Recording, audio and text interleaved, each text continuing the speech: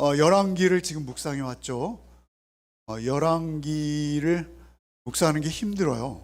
그래서 굉장히 쉽지 않으셨을 텐데 고생하셨고요. 열왕기 주일 설교는 오늘이 마지막입니다. 마지막이고 다음 달에는 욥기입니다. 욥기도 쉽지는 않죠. 어쨌든 열왕기서의 마지막이라는 것이죠. 열왕기상이죠. 정확히 열왕기상의 마지막을 장식하는 인물은 단연 아합입니다. 아합이죠. 여러분, 아합이요, 남유다와 북이스라엘을 통틀어서 가장 악한 왕이 분명하죠. 그래서 그런지 성경은 아합을 위해서 많은 지면을 할애하고 있어요. 아합을 위해서가 아니고 우리를 위해서. 예. 어떤 왕은 한 줄, 어떤 왕은 한 단락 또는 한 장 안에 두세 명의 왕이 들어가 있어요.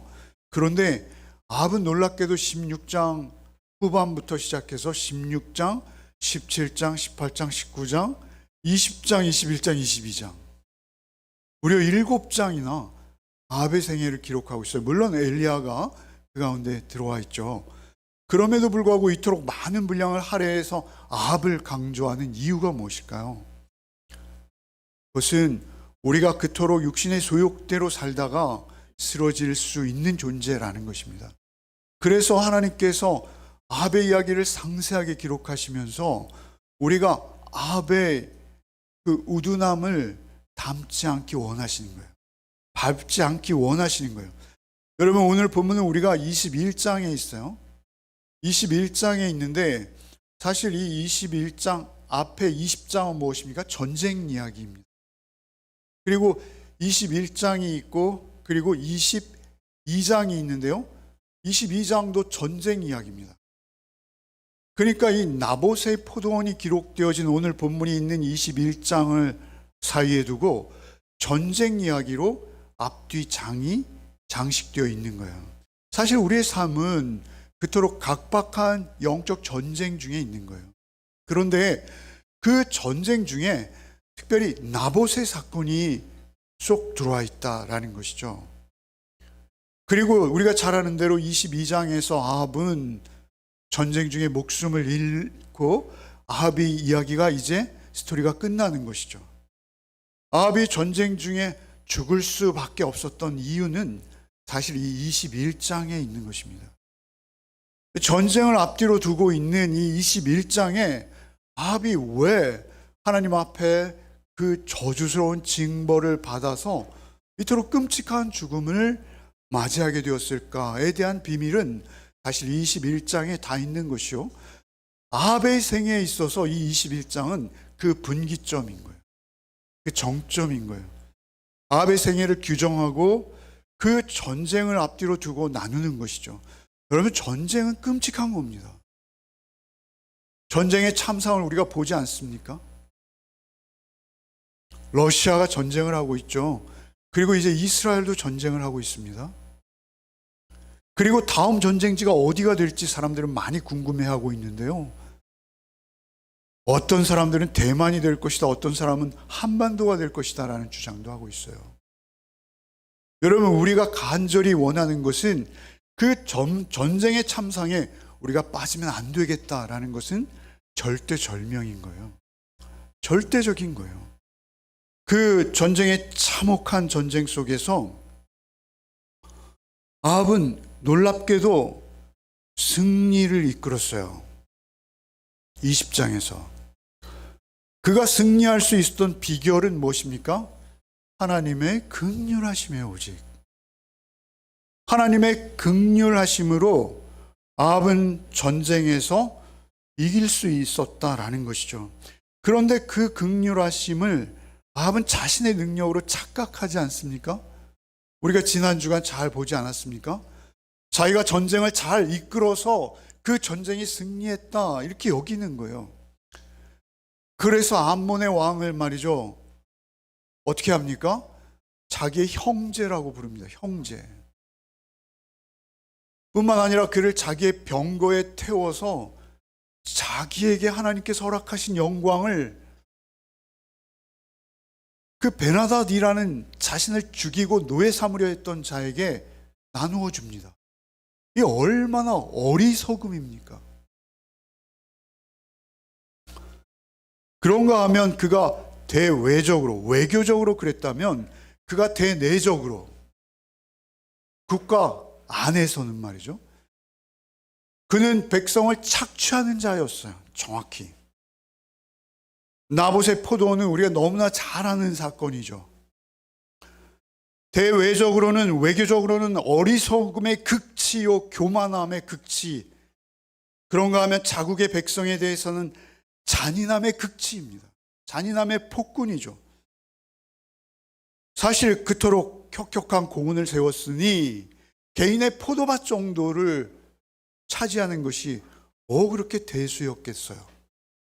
자기에게는 그럴 수 있습니다. 그러나 그것은 하나님 앞에 더없이 중대한 범죄가 되어진다라는 것이죠. 이스라엘에게 있어 포도원은 각별합니다, 여러분. 하나님께서는 이스라엘을 향해 이사야 선지자를 통해서 이스라엘을 포도원이라고 부르세요. 하나님 자신을 신약에 보면 포도원 지기로 표현하시기도 하시고요. 그런데 그 포도원을 아합이 소유하기 원하는 것이죠. 용도가 무엇입니까? 밭을 두겠다는 거예요. 밭으로 갖고 가겠다. 포도나무를 뽑아버리고 거기에 마늘, 파, 부추 이런 걸 심겠다는 거예요. 왕실 전용의 텃밭을 만들겠다는 거예요. 이 얼마나 무도합니까? 다 가진 자가 그 하나가 전부인 자의 것을 빼앗겠다는 것입니다. 사실 이러한 제안이 있을 때 나봇은 그 제안에 응하는 것이 살아남는 유일한 길이었어요. 그 제안, 그 포악 무도한 왕임을 알 때 그가 알아서 기었어야 되는 거예요. 표시우리 말로 표현하면 알아서 기어야 되는 거예요. 그런데 뻣뻣했던 거예요. 나봇이 한 말을 들어봅시다. 뭐라 합니까? 한번 읽어보죠. 내 조상의 유산을, 내 조상의 유산을 왕에게 주기를 여호와께서 금하실지로다. 내 조상의 유산입니다. 그것은 내 것이 아닙니다. 내 조상, 내 선조로부터 나에게 물려진 것이요. 사실 그것은 그 조상으로부터 물려졌다기보다는 애굽의 종노릇하던 그들에게 가나안을 주신 하나님께서 그 조상에 허락하신 땅이요. 그 땅을 조상들로부터 상속해서 유업이 되었어요. 가업이 되었어요. 유산이 되었어요.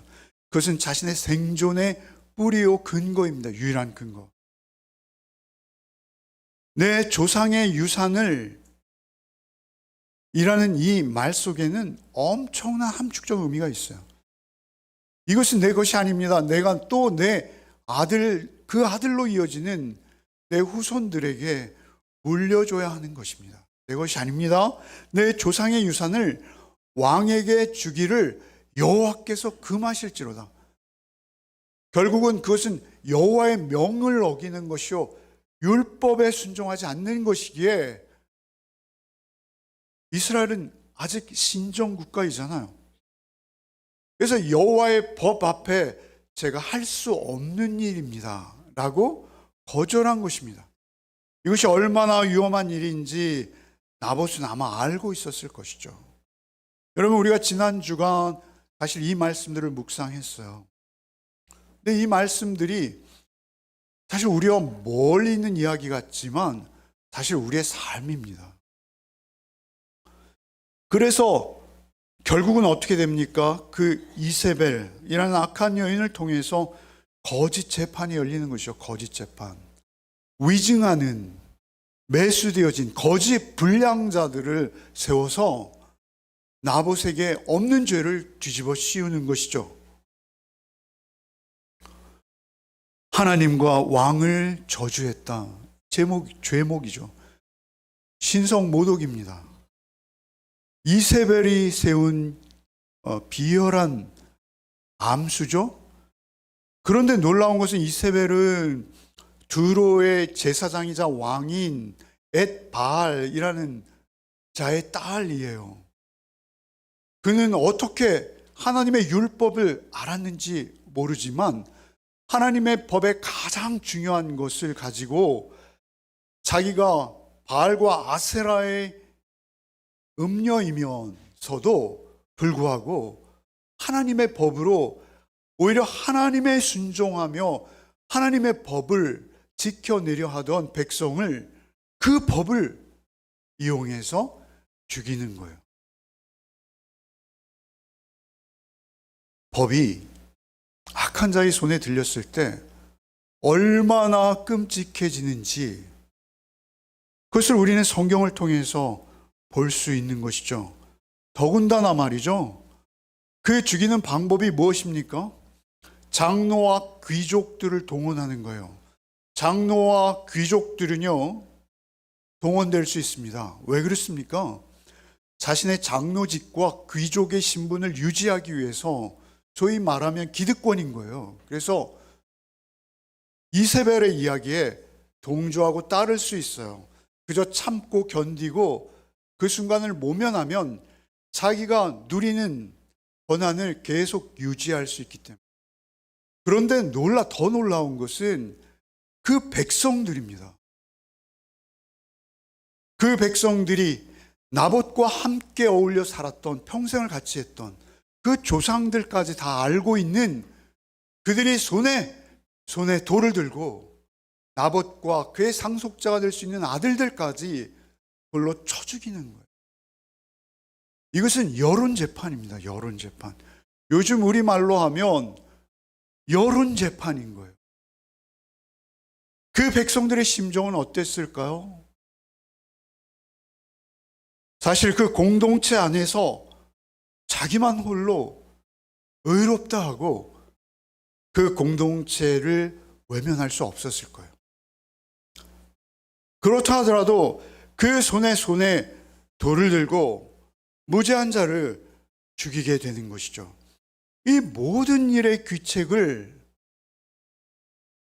책임을 하나님께서는 아합에게 묻고 계세요. 아합에게. 이세벨이 아니라 아합에게 묻고 계십니다. 사실은. 열왕기상 21장 16절 한번 읽어볼까요? 아합은 나봇이 죽었다함을 듣고 곧 일어나 이스라엘 사람 나봇의 포도원을 차지하러 그리로 내려갔더라.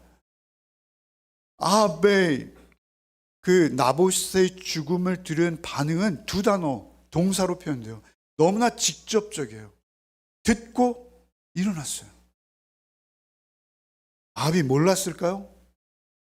아합이 그 흑막을 몰랐을까요? 그 진행되어져 가는 과정을 몰랐을까요? 오히려 나봇의 죽음을 기다리던 자처럼 그 죽음의 소식을 듣자마자 즉시 일어나서 나봇의 포도원으로 내려가는 거예요. 그런데 이것을 하나님께서도 보고 계셨다라는 것이죠. 그래서 21장 16절에 듣고 일어나 포도원으로 내려가는 아합을 엘리야가 마중하게 하십니다.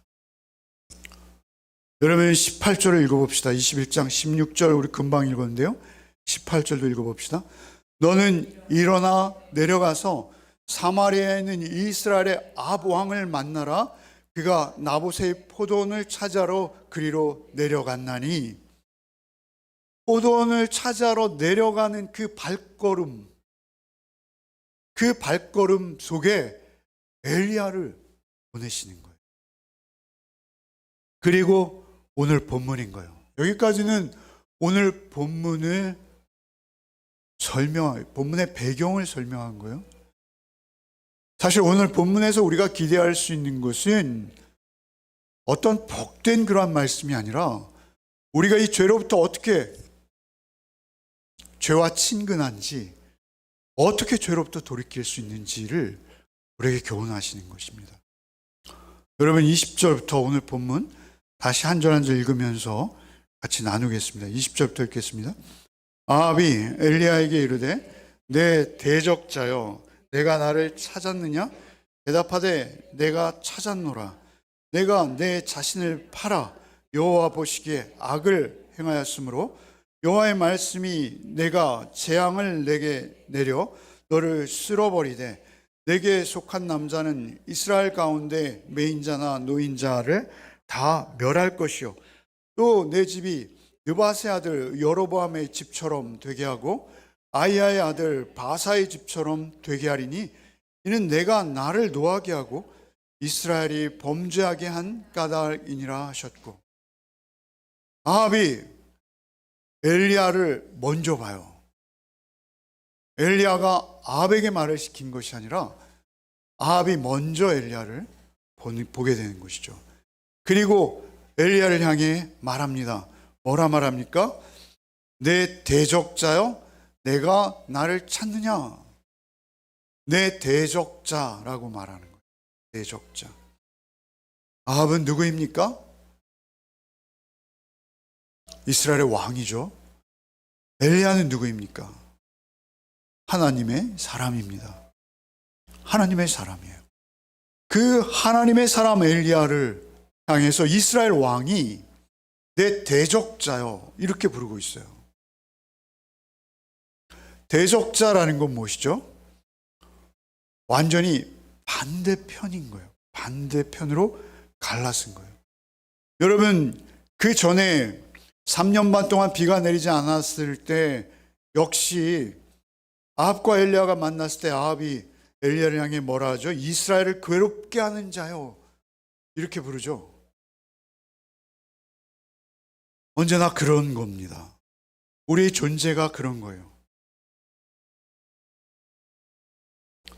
불편한 거예요. 그런데 자신의 삶 속에서 그 존재를 지울 수 없는 거예요.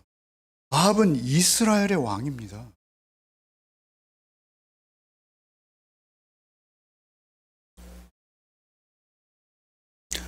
내 대적자여 내가 나를 찾았느냐? 이렇게 반문하죠. 여기서 찾다라는 것은 히브리어로 추적하다 이런 의미예요. 여호수아서는 추적하다 이런 단어로 번역되는 단어예요.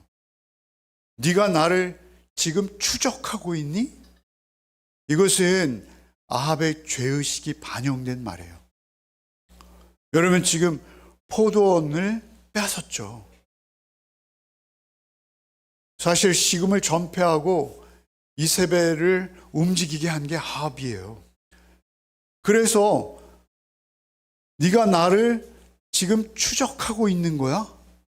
사실 이런 의미가 이 안에 있는 것이죠. 그러자 엘리야가 뭐라 합니까? 찾았노라. 맞아. 추적하고 있었어. 이렇게 말하는 거예요. 하나님께서는 우리를 추적하시는 분이세요. 하나님께 우리를 쫓아오시는 분이세요.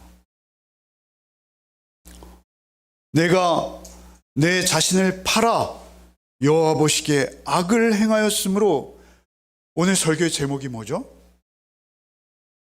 내 자신을 팔아입니다. 팔아. 그러니까 아합의 이 모든 죄의 근원은 무엇이냐면요, 자신의 마음과 생각에서 이미 팔려버린 거예요.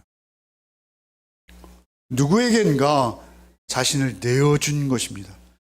21절에 여호와의 말씀이 내가 재앙을 내게 내려 너를 쓸어버리되 내게 속한 남자는 이스라엘 가운데 매인자나 노인자를 다 멸할 것이요 내 집이 느밧의 아들 여로보암 바사의 집, 여로보암의 집 바사의 집. 정말 끔찍하죠. 멸문지화라는 게 있었어요. 우리 왕에게 반역하면 멸문지화를 당했죠. 사돈의 8촌까지 다 묻혀버리는 끔찍한 일이죠. 그렇게 형벌하겠다는 거예요. 그런데 그 이유는 무엇입니까? 이 단어예요. 내가 내 자신을 팔아. 내가 내 자신을 팔아. 이 붉은 글씨가 그의 죄의 모든 근원인 거예요. 내 자신을 팔았다라는 이 히브리어를 직역하면 스스로 자신을 누군가의 노예 상태가 되게 하다, 이런 의미예요. 붉은 글씨로 하니까 더 안 보이는. 근데 히브리어 사전에 이 스스로 팔아, 이것은 뭐예요? 스스로 자신을 누군가의 노예 상태가 되게 하다. 자신의 몸을 팔아버림으로써 이제는 자기가 원하는 대로 하는 것이 아니라 자신의 주인 되는 어떤 존재에게 노예처럼 사로잡혀서 그에게 거역할 수 없는 상태가 되어버린 거예요. 알면서도 어찌할 수 없는 거예요. 요즘 뉴스를 안 보다가 뉴스를 보니까요, 자꾸 예화가 생각이 나요. 원고에 없는 예화가. 그러니까 자기 자신을 그러한 생각에 내어주고 그러한 마음에 자꾸 접촉하게 되어질 때 자신의 행동도 어찌함이 없이 그렇게 되어지는 거예요. 하기 싫은데도 하게 되는 거예요. 그 어떤 초등학교 선생님이 체포되는 광경이 있었어요. 저녁 뉴스예요. 근데 기자가 인터뷰를 하는데 나도 하기 싫은데 어쩔 수 없었습니다가 그의 답변이었어요. 들으면서 깜짝 놀랐어요. 죄는 세력이에요, 세력. 여러분, 우리의 행위 하나하나 내어놓는 것, 그것도 죄이지만 우리에게 더 중요한 건 무엇이냐면요, 어떤 세력에게 붙들려서 그 세력에게 끌려가고 있는 상태, 그게 죄인 거예요. 단편적인 행위 하나하나가 죄일 수 있어요. 그러나 그것은 중요하지 않아요. 하나님께서는 오히려 그러한 죄악들은 얼마든지 우리의 돌이킴과 회개를 통해서 품어주시는, 노하기를 더디하시며 자비와 긍휼이 무한하신 하나님이에요.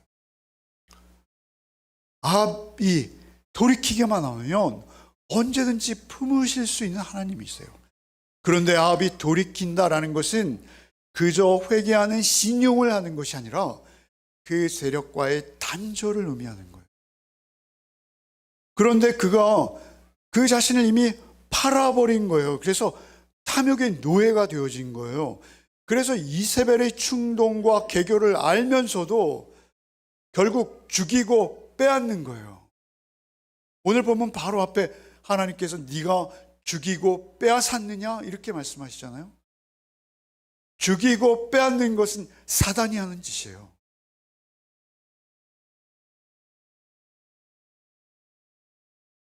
여러분, 바울 사도께서 하신 놀라운 말씀 우리 잘 기억하죠. 로마서 7장 14절 한번 읽어봅시다.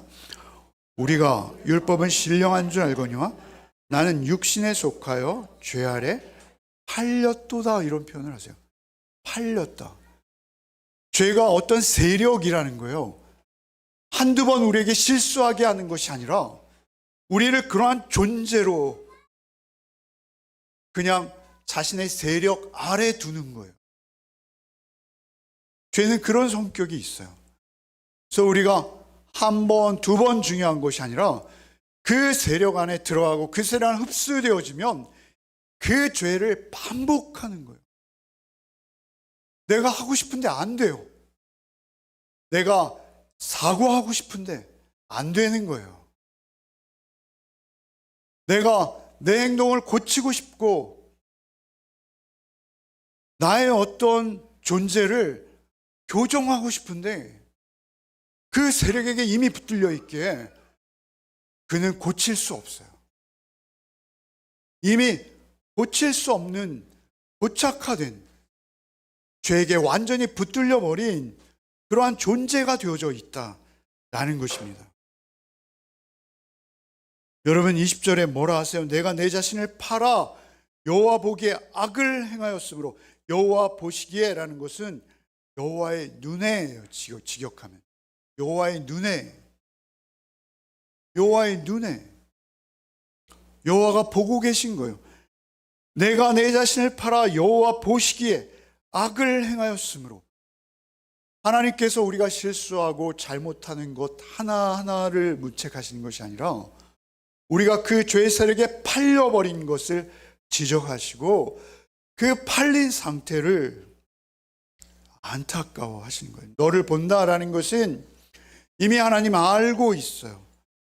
하나님의 이름을 망령되이 사용하며 살인하는 일에 동조하고 있다는 것, 그리고 그 상태로부터 그가 지금 돌이킬 수 없는 상태까지 가 있다는 것, 너무도 끔찍한 하나님의 대적이 되어버렸다는 것, 그것을 알고 있는 것입니다. 오늘 본문 23절부터 이어서 읽겠습니다. 마지막까지 오늘 본문 읽겠습니다. 함께 읽겠습니다. 이세벨에게 대하여 여호와께서 말씀하시되 개들이 이스라엘 성읍 곁에서 이세벨을 먹을지라. 아합에게 속한 자로서 성읍에서 죽은 자는 개들이 먹고 들에서 죽은 자는 공중의 새가 먹으리라 하셨느니라 하니, 예로부터 아합과 같이 그 자신을 팔아 여호와 앞에서 악을 행한 자가 없음은 그를 그의 아내 이세벨이 충동하였음이라. 그가 여호와께서 이스라엘 자손 앞에서 쫓아내신 아모리 사람의 모든 행함같이 우상에게 복종하여 심히 가증하게 행하였습니다. 여러분, 20절에서 자신을 팔았다라는 표현이 있죠. 그런데 여러분 25절에도 동일한 표현이 있죠. 그 자신을 팔아.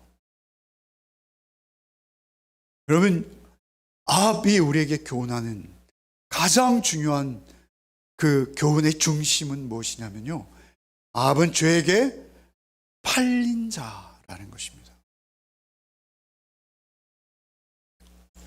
끔찍한 저주죠. 개에게 먹히고 새에게 먹히는 거예요. 그 죄의 원인은 계속되는 거예요. 가끔가다 아합도 이세벨도 선한 행위를 할 수 있어요, 여러분. 제가 말씀드리잖아요. 선한 일을 가장 많이 하는 사람들은, 오히려 우리에게 가장 많이 하는 것처럼 보이는 사람들은 우리의 지도자들일 수 있어요. 그러나 하나님께서는 그들의 중심을 보시고 내면을 보세요. 그가 누구에게 팔려 있는지, 누구에게 속해 있는지. 25절, 예로부터 아합과 같이 그 자신을 팔아 여호와 앞에 악을 행하는 자가 없음. 여기서도 또 아합이 등장하죠. 이제 이세벨이 팔렸다라고 할 만하잖아요. 근데 하나님의 관심은 이세벨에게 있는 게 아니에요. 하나님의 관심은 아합에게 있으세요. 너 자신이 팔린 것을 보라는 거예요. 팔린 것을 하라는 거예요. 아합은 그저, 이세벨은 그저 뭐예요? 충동질했을 뿐이라는 거예요. 충동질.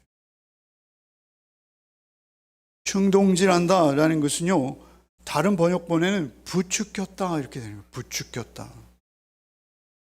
여러분, 우리를 부추기는 자들이 우리 주변에 늘 있을 수 있어요. 여러분, 그 부추기는 자들은 공동의 이익과 목적을 위해서, 오직 자신의 사리와 사욕을 위해서 얼마든지 주변을 이용할 수 있는, 이미 자신을 사단에게 팔아버린 자들이 우리 주변에 굉장히 많습니다. 여러분, 그래서 우리가 공동체가 중요한 거예요. 그래서 이세벨의 영향이 아합에게 적지 않은 거예요. 여러분, 만약 아합이 이세벨과 결혼하지 않았다면 상황은 조금 달라졌을 수 있을 거예요. 바알과 아세라의 원흉인 엣바알의 딸 이세벨, 그가 충동질하는 거예요. 그가 부추기는 거예요. 그런데 거기에 못 이기는 척 따라가는 거예요. 그러나 하나님께서는 그 자체를 팔렸다라고 말씀하시는 거예요. 넌 내 자신을 팔았다라고 말씀하시는 거예요. 그 욕심에 이끌려서 줄줄줄 그를 따라가는 자, 20절에도 내 자신을 팔아, 20으로도 그 자신을 팔아. 이게 핵심입니다. 팔리시면 안 됩니다. 여러분, 우리가 그 세력에 팔리면 안 되는 거, 이것은 그 책임이 절대 충동질한 자에게 있지 아니하고 팔린 자에게 있습니다. 여러분, 야고보서 1장 13절로 15절 한번 읽어보겠습니다. 사람이 시험을 받을 때 내가 하나님에게 시험을 받는다 하지 말지니 하나님은 악에게 시험을 받지도 아니하시고 친히 아무도 시험하지 아니하시느니라. 오직 각 사람이 시험을 받는 것은 자기 욕심에 끌려 미혹됨이니 욕심이 잉태한 즉 죄를 낳고 죄가 장성한 즉 사망을 낳느니라. 그 자신을 스스로 파는 거예요. 스스로. 내 자신을 팔아. 20절에 내 자신을 팔아 라는 것은 누가 팔았다는 거예요? 자신이 팔았다는 거예요. 25절에 그 자신을 팔아, 똑같은 말이에요. 결국 그 팔린 책임은 스스로가 져야 된다 라고 하나님께서 강조하시는 거예요. 특별히 여호와 앞에서, 여호와의 눈 앞에서 우리의 죄가 드러날 때 우리를 주관하는 자가 누구인지, 우리는 하나님 앞에서 변명하는 자리에 서면 이미 늦은 거예요.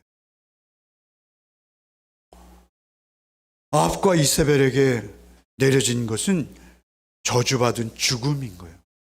죽음이 무엇이죠? 하나님과의 단절이 우리의 죽음이에요. 이제 외우시네요.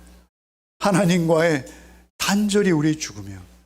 우리가 의롭다라는 것은 하나님과의 관계 안에서 의로운 것이요, 우리가 불의하다라는 것은 하나님과 관계가 단절되어진 거예요. 그래서 우리의 구원은 무엇입니까? 하나님 안에 있는 거예요. 제가 자꾸 9시 뉴스 얘기를 해서 죄송합니다. 이 적당한 예화인지 아닌지 모르겠어요.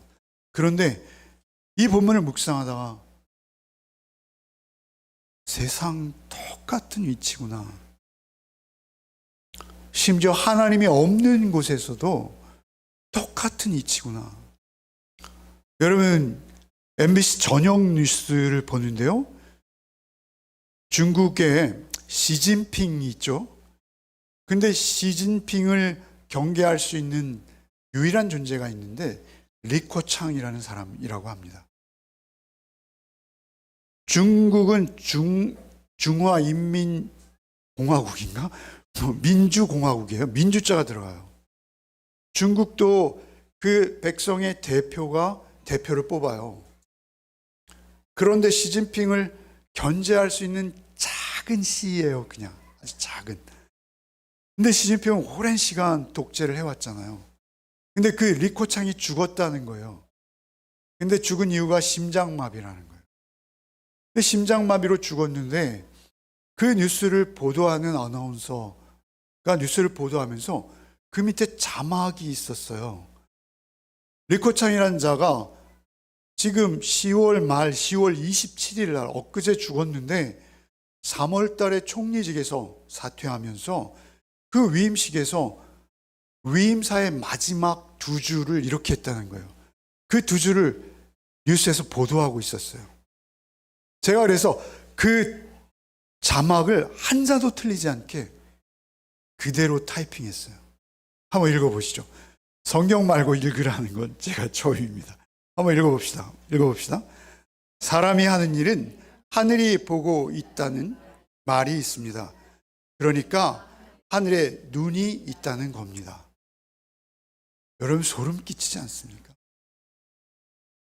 사람이 하는 일은 하늘이 보고 있다는 말이 있습니다. 그러니까 하늘에 눈이 있다는 겁니다. 하늘이 하나님으로만 바뀌지 않았을 뿐이지 성경 몇 장 몇 절? 이러고 싶은 말씀이에요. 여러분, 중국은 우리가 알고 있듯이 주계 장막이라는 느낌이 있잖아요. 우리가 항상. 그죠?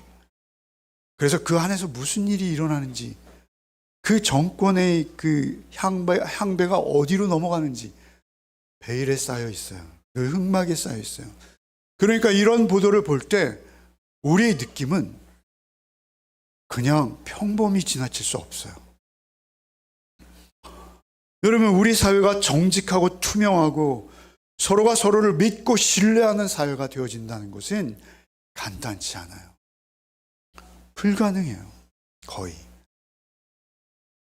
그럼에도 불구하고 하나님을 전혀 모르는 그들도 하늘을 이야기하고 있다는 것이죠. 여러분, 하늘을 생각하십시오가 그의 마지막 퇴임사였어요. 여러분, 우리인도 무언가에 팔려서 균형을 잃어버릴 수 있는 존재들이에요. 언제든지 우리는 우리의 자존심에 팔리고 우리의 잘못된 인격에 팔리고 우리의 작은 욕망들에 팔려버려서 우리의 균형을 잃어버릴 수 있는 자들이에요. 그래서 하나님께서는 뭐라 하십니까? 여호와 보시기에인 거예요. 내가 보기에가 아니에요. 여호와의 말씀이 우리의 기준이요 잣대가 되어야 되는 거예요. 세상 사람이 누가 뭐라 하던 우리의 절대 기준은 오직 기록된 성경인 거예요. 그 성경의 말씀에 우리가 묶이지 않는다면 우리도 누군가에게 팔리는 거예요. 여러분, 우리 이런 표현을 하죠. 그 여인은 돈에 자기의 몸을 파는 여인이냐 이렇게 말하죠. 여러분, 그것만 범죄가 아닙니다. 여러분, 그거는 오히려 간단한 범죄일 수 있어요. 그거는 자기의 생계를 위해서 정말 하고 싶지 않지만 피치 못해 눈물을 머금고 할 수도 있어요. 그 죄는 오히려 약소할 수 있습니다. 여러분, 우리의 죄는 말이죠, 우리의 영혼을 파는 거예요. 우리의 몸을 파는 것이 아니라 우리의 영혼을 파는 것이 사실 우리의 죄입니다. 나의 작은 이익 관계를 쫓아서 돈이 목적이 되어서 나의 이해관계를 쫓아서 나의 공직으로서 자리를 보존하기 위해서 나의 인기를 위해서 나의 어떤 기득권을 위해서 나의 영혼을 팔 수 있어요. 흰 것을 검다하고 검은 것을 희다하며 의와 불의의 사이에서 우리는 타협할 수 있는 존재예요. 언제든지. 그래서 우리는 선거철이 다가오면 더욱더 우리의 양심에 우리를 비추어 봐야 됩니다. 내가 그리스도인으로서 하나님 앞에 정직한가를 돌아봐야 합니다. 정직해야 돼요, 우리는. 정직해야 돼요. 가장 추한 것, 그것은 사실 선거철에 나타납니다. 여러분, 선거철만 되면 정치인들이 어떻게 행동합니까? 국민을 두려워한다라고 말해요. 국민이 최고다라고 말해요. 그러나 개표가 다 끝나는 순간 어떻게 됩니까? 국민은 안중이 없습니다. 자신의 오직 이익과 이해관계만이 보일 뿐이에요. 신경 쓰지 않아요. 여러분, 그렇듯이 우리가 팔리는 것도 무섭지만 우리의 지도자들이 팔리는 건 더 무섭습니다. 더 무섭고 끔찍합니다. 우리 지도자들이 죄에 팔리고 명예에 팔리고 기득권에 팔리고 자기의 자리를 보존하는 데 팔려버린다면, 돈에 팔려버린다면 소외되고 오히려 그 권력의 중심으로부터 가장 멀리에 있는 사람들로부터 차례차례 어둠이 다가오는 거예요. 어려움이 다가오는 거예요. 여러분, 그것을 성경은 이렇게 말씀하세요. 오늘 본문이 있는 그 20장 마지막 21장이 시작되기 바로 한 장인 20장 마지막 절 한번 읽어봅시다. 그가 왕께 이르되 여호와의 말씀이 내가 멸하기로 작정한 사람을 내 손으로 놓았은즉 내 목숨은 그의 목숨을 대신하고 내 백성은 그의 백성을 대신하리라 하셨나이다. 아, 너 죽을 거야. 여러분, 아합은 죽을 일이 쌓였습니다. 계속 반복되는 일들이에요. 나봇의 포도원만이 아니에요. 그러나 나봇의 포도원에서 절정을 이루는 거예요. 절정을. 그런데 놀라운 것은 그 목숨, 아합의 목숨만이 아니라 백성의 목숨이 위태로워지는 거예요. 아합과 함께. 그래서 우리는 공동체가 중요한 거예요. 여러분, 국가 공동체가 중요하고 교회 공동체가 중요하고, 여러분, 우리가 평안을 누리고 살 수 있는 것, 그것은 우리가 팔리지 말아야 되는 거예요. 우리가 정의로운 사회를 만들어야 되는 거예요. 말로가 아니라 정의사의 구현은 어떤 독재자가 늘 외쳤던 말이죠. 우리에게 있어서 하나님과의 관계가 끊어지는 순간 우리 공동체도, 우리의 나라도, 우리 전체가 그렇게 고통받는, 하나님으로부터 끊어지는, 그래서 우리는 이 거대한 악을 보고 우리 저항할 수 있어야 돼요. 그리고 우리가 작은 악들을 만들어서 거대한 악을 생산해낼 수 있는 존재이기도 해요. 우리 하나하나가 악을 생산합니다. 여러분, 언젠가 말씀드렸습니다만 우리의 생활 속에, 우리의 삶 속에서 작은 이익에 따라서 말이죠, 우리가 여기 3층에 4층으로 이사 올 때도 엄청난 일들이 많았습니다. 그냥 바로 했던 말을 바로 뒤집어요. 그러면 미안하다 사과하는 게 아니라 오히려 자기의 이해관계에 맞추어지는 증인들을 동원해요. 그리고 주변의 사람들까지 동원하죠. 근데 그들도 역시 작은 이익을 위해서 말을 맞추고, 그리고 아무렇지도 않다는 듯이 그냥 진실을 가리는 이야기들을 그냥 떳떳이 합니다. 우리 사회와 세상들이 이렇게 조직화되어지고 습관화되어질 때 우리는 그 죄악들이 토착화되어진다, 이런 표현을 써요. 토착화되어진다. 우리의 체질이 되어지는 거예요. 세력에 붙들리는 거예요. 여러분, 오늘날 우리 교회가, 우리의 나라가, 여러분, 이스라엘이 망해갈 때와 뭐가 그렇게 크게 다릅니까? 여러분, 우리는 각오해야 합니다. 그리고 우리는 정신을 차려야 합니다. 우리가 익명성이라는 그늘 아래 숨어서 우리의 동기와 우리의 의도를 숨긴 채 바르지 않은 말들을 끝없이 양산해낼 때 우리 사회는 그만큼 어려워지기 시작하는 거예요. 우리 세상은 그만큼 어두워지기 시작하는 거예요. 여러분, 신약 성경에 가장 많이 등장하는 단어 중에 하나가 있습니다. 그것은 무엇이냐면 속량이라는 단어예요. 속량이라는 단어는 무엇입니까? 예수께서 우리를 피로 값주고 사셨다, 이런 거예요. 양이라는 것은 돈을 말하는 거예요. 한 양, 두 양.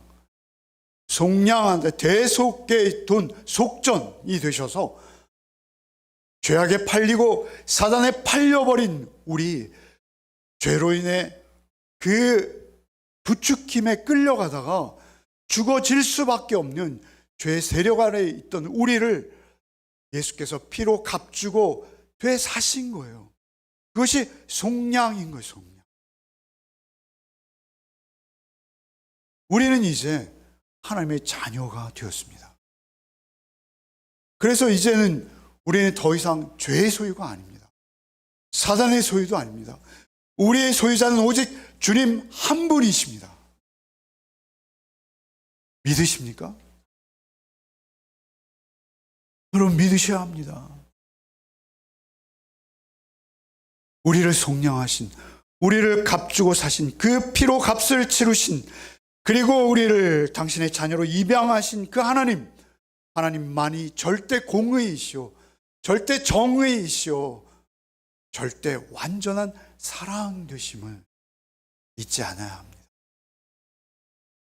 그리고 우리를 속량하신 그 주님의 말씀을 쫓아 주님의 뜻을 쫓아 그 말씀 앞에서 나를 쳐서 복종시키는 그런 복이 있으시기를 바랍니다.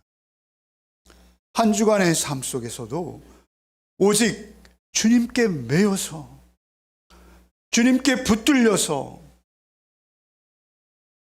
나의 소유주 되시는 그분이 기뻐하시는 뜻을 쫓아 한 주의 삶을 살아내시기를 소원합니다. 주님,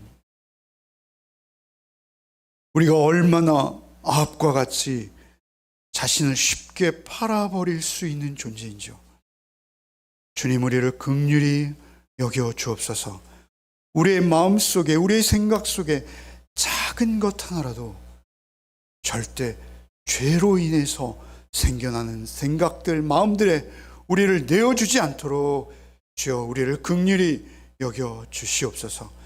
언제나 하나님의 공의와 하나님의 진리의 말씀을 쫓아서 오직 그 말씀 앞에 순종할 양으로 주님의 말씀의 권위 앞에, 말씀의 능력 앞에 늘 붙들려 살아가는 우리의 인생 되게 하여 주옵소서.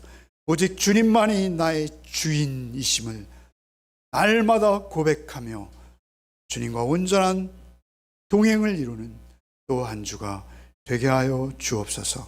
예수 그리스도의 이름 받들어 기도하옵나이다. 아멘.